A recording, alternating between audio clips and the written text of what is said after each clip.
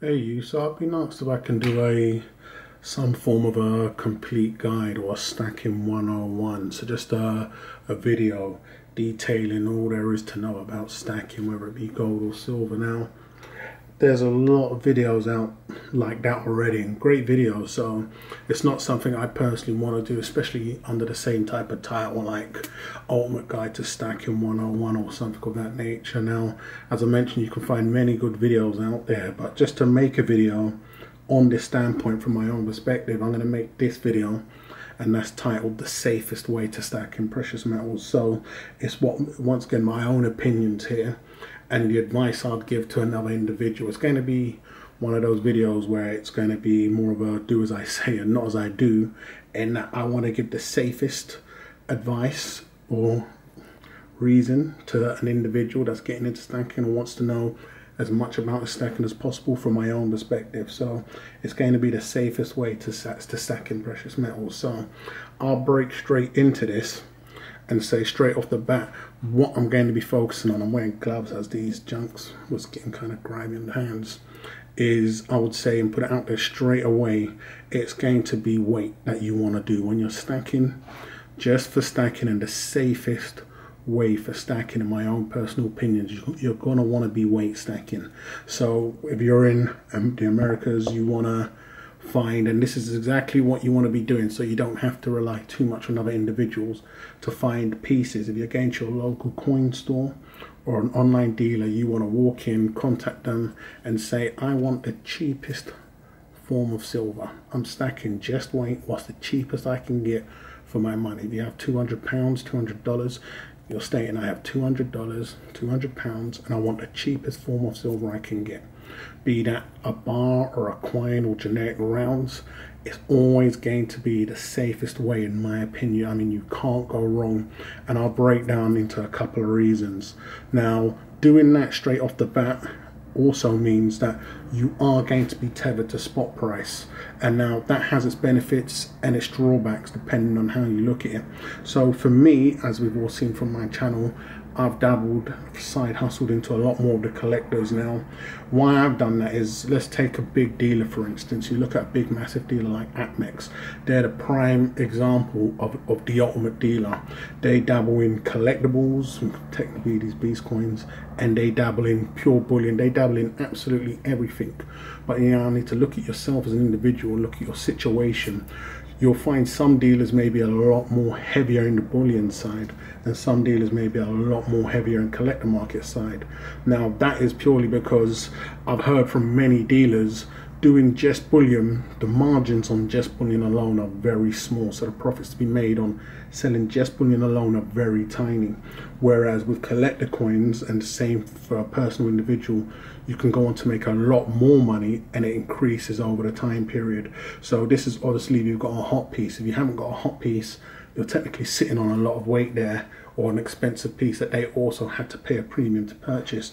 Whereas with spot price, if we're going to take off today's basis, just off the date of releasing this video, the dealer also has to purchase a very small margin above spot. I don't believe they get it below spot. So if spot takes a dive, they're now selling at a loss. Now this is only going to apply to a dealer that tracks the spot price, and a lot of reputable dealers do. You'll normally find personal individuals on eBay or something that won't track spot. They can't afford to now be selling at a loss. Now it's exactly the same for an individual. When you're picking up weight, number one safest rule, again, as I've mentioned many times, it's not going to, you don't want it to be something that you're going to have to rely on anytime soon. If you want to stack and you want to be involved with it just as a hedge, an insurance, and then some type of pension, it has to be a mindset where you're not going to be touching these metals anytime soon. I mentioned last time 10 years minimum. We all know that time frame alone scares off a lot of, you know, individuals with wobbly knees, but you really do have to look at it with that type of mindset. And if you can approach it with that type of mindset, bullion, cheapest form, whether it be bars, if you're looking at the silver eagles, you're looking at a coin that technically never does change. So it's always going to be on the same motif. You're only going to get a different year. But once again, it's a fantastic coin. In fact, bullion wise, silver American Eagles, most recognized coin in the world. When it comes to bars, I don't have any, but I understand as with coins that change, you can get vintage bars, older bars. A lot of the dealers now do either Amex bars or Royal Canadian Mint bars. You want a bar or a coin with the absolute lowest premium, which is the main factor here, and you're just stacking weight. So if you're contacting an individual, I want the absolute lowest premium silver or gold, and this is how much I've got. You will not go wrong, because then you're not really worrying what spot price does. You're doing this for the bad day that does come, or even a great day when we see a price correction and you see an absolute massive increase, and then you're able to release some funds then and maybe put it into something more solid. So that is going to be the ultimate safest advice. Now, looking at it from another standpoint, if you're an individual or a young individual and you maybe not be able to afford normal bullion or generic, as I've mentioned before, if you're in Europe, you're going to want to be looking at something like, as we don't have the generic options, the Philharmonic coins or the Noah's Ark coins. Those are going to be two coins highly recognizable. I've mentioned in one of my videos, best bullion coins, why I prefer the coins. But if I was giving this advice to anybody else, you want to be looking at generics rounds. It's not going to really matter. You just want the absolute cheapest above or below spot. If you can find it at spot or below, that's your coin right there. Now if you're in a bit of a pickle where you can't find that, you're always going to have the junk option as well. This has to be put out there if we're doing the safest form. Now with junk silver, you're looking at 925, 50% or something of the likes. This is a great option. It's a lot more cheaper and readily available in America. Of course, if you're in Europe, every European country is going to have their own form of old generic silver. It's going to be containing a certain amount of silver, but this is also your next best option.